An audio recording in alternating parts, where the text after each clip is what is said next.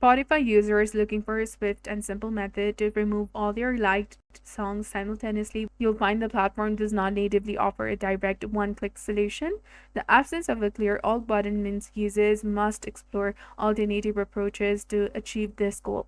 The most straightforward, albeit time-consuming method involves manually unliking songs individually, one after another.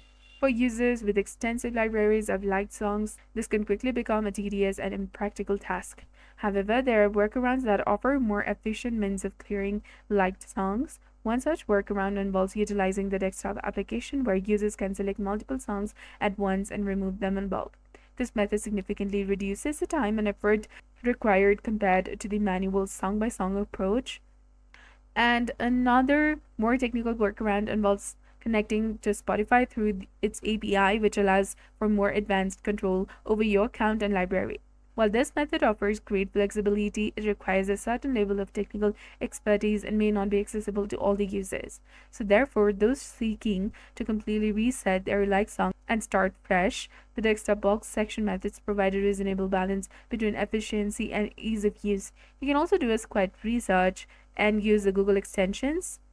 So that's it for this video. I hope you found this helpful. If you did, please like, share, and subscribe. Thanks for watching.